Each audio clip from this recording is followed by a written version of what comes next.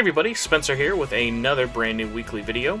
Today we are talking about, wait for it, pretend to be surprised, please humor me for at least one more second, yes, something Persona 5 Strikers related. But this time we're stepping out of the realm of Atlus and actually going to look at the developer of Persona 5 Strikers. So as many of you may know, it is not developed internally at Atlus and was primarily developed at Omega Force, which is owned by Koei Tecmo. There is so much you can say about Koei Tecmo as a company.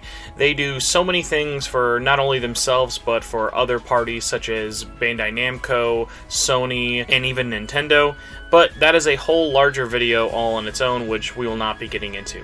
So today what I wanted to do was kind of take a look and talk about who's actually making Strikers. So obviously I said Strikers being developed by Omega Force, but Omega Force is this enormous development team who has tons of other smaller teams working on various projects all at the same time. Like, just over the course of a couple years, they've developed Dragon Quest Builders 2, Attack on Titan 2, One Piece Pirate Warriors 4, Warriors Orochi 4, obviously Persona 5 Strikers, and are even working on Dynasty Warriors 9 Empires right now. But just because you work at Omega Force doesn't mean you are all working on the same games. They don't have every single team member working on the same thing. And not every game is worked on by the same team, whether it be director, planning, design work. There's a lot of aspects that they have in common, such as the technology that runs them, like the engines that are powering, say, something like Strikers or Attack on Titan aren't really that different at their core. They're just heavily modified and changed for each game's purpose and what it needs. Which lets you scale from different projects like Dynasty Warrior 9 being a vast open world with hundreds of enemies, to sectioned off zones like in Persona 5 Strikers with a small handful of enemies spawning in when you get into battles. So let's talk about the Strikers team specifically. Who is in charge of making this game at Omega Force? And at the very top we have the director, Kazutoshi Sekiguchi. So outside of totally ruining his name, which I'm probably sure I did, Sekiguchi has actually been working with Omega Force for quite a long time. Now, in my research for this video, I knew he had obviously done Persona 5 Strikers, and before I get into his other work, some people might actually see that there are multiple directors tied to this game. If you look at the Atlus side of things, a lot of their roles are much more supervision. They're not in the trenches as deep as, like, let's say, the people who actually go to Koei Tecmo every day. They're obviously supervising the story, how everything plays, what it looks like, but they're getting it on more of a, like, checking in every quarter or so, making sure milestones are being hit. They're directors in title, but from their actual workload, it's a lot more similar to what you'd see with a video game producer. Not to diminish their work, but there's just something that can't really be beat for, hey, I am in charge of this game and development team as a director, you are in charge of this series more as the series creator and series directors. So going back to Sekiguchi's past work, before Strikers he actually worked on the Toukiden series. Now Toukiden, as most of you may know, started originally as a PlayStation Vita, PSP, eventually PlayStation 3, PC, and PS4, similar to Monster Hunter in subject, but pretty different in their own rights. If you have not checked them out, I highly recommend the Toukiden games. They are very fun. So specifically, he worked on the first Toukiden Age of Demon as the lead game designer, and then for its expansion and full-on sequel for Toukiden 2, he was the full-on game director for both of those games. And having those as his two leads as the main director are definitely a good thing. Now, no matter if you are someone who is a big fan of the series like me, or just thinks they're a Monster Hunter clone, it can't be denied that they are definitely something that is not for the norm of Omega Force. You don't imagine that team is making a hunting game like that. Now, Sekiguchi's work on Kiwami as director leading into the sequel is really showing a lot of him and his development team's promise, because for a sequel they definitely took a lot of what made that core original game so fun and addicting, but they expanded it out, made it a lot more wider, and added a lot of open world elements, which not a lot of people were expecting, especially from a game that was still a PS Vita game and on PS4, along with Steam. So what's actually funny is once Sekiguchi and his team finished work on Toukiden 2 in 2016, 4Gamer asked, as they do with a lot of other news outlets in Japan, they gathered a lot of prominent directors and people in the Japanese game industry, talked about what they were looking forward to in 2017, as well as their favorite game in 2016. What I thought was very funny looking back on this now that we know he's the director of Persona 5 Strikers is here's his quote from 2016. Currently, the Toykiden development team is at a stage where long-term vacations have ended and various ideas are being worked on. I think we'll be able to show off the development of what's next for us in 2017. Personally, I would like to take on a new title outside of Toykiden. And what's funny enough, if you look at what his favorite game of 2016 is, it was Persona 5.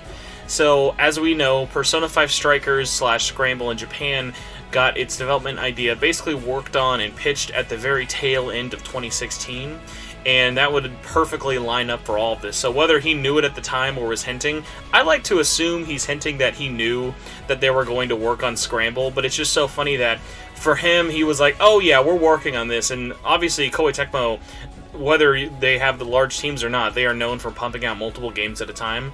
It's so funny that in his head, as the director, he was like, yeah, we'll probably be able to show it off and talk about it in 2017, and Japan didn't even hear anything until 2019 at the earliest. So it's really, really crazy about how much time went into this project when compared to everything else he's worked on. So for anyone else out there curious what he's worked on in terms of Omega Force, and this isn't necessarily as a director, so all the way back in 2003, he was actually on the planning team for Dynasty Warriors 4 way back on the PlayStation 2. He also was a planner on Dynasty Warriors 5, worked as a game designer on Bladestorm Nightmares, worked on Dynasty Warriors 7, 7 Extreme Legends, and 7 Empires. Super big shout out for me that he actually worked as a game designer on Warriors Orochi 3 Ultimate, which is a really, really awesome game. Like, still holds up to this day.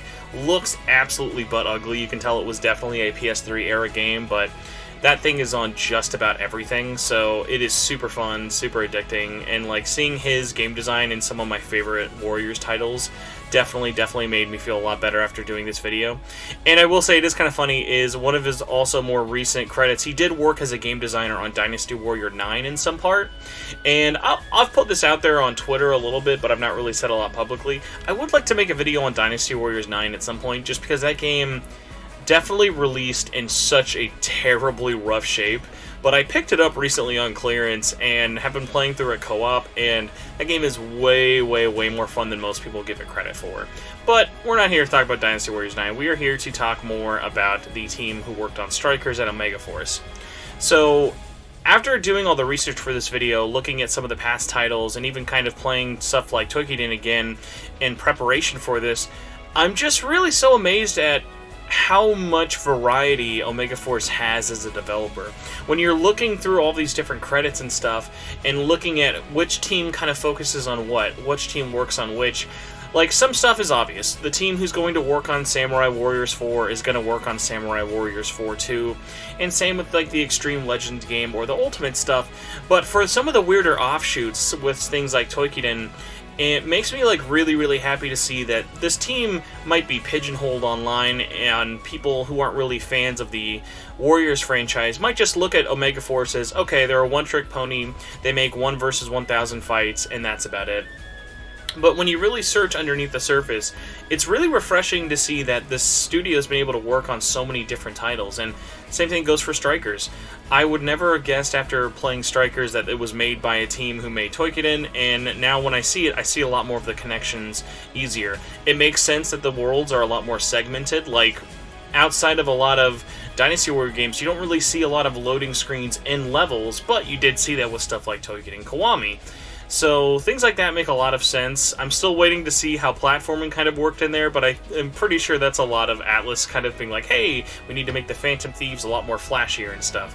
So either way, a lot of rambling in this. I hope you found it informative, or at the very least might have a newfound respect / curiosity for Omega Force. I mostly just kind of wanted to make this video, put it out there, and give a shout out not only to Kazutoshi Sakaguchi, but also to the entire team behind Persona 5 Strikers, just for working on something so out of their comfort zone, but so perfectly for them, because like, I think people will be a lot more clear with this once the Western version is out worldwide.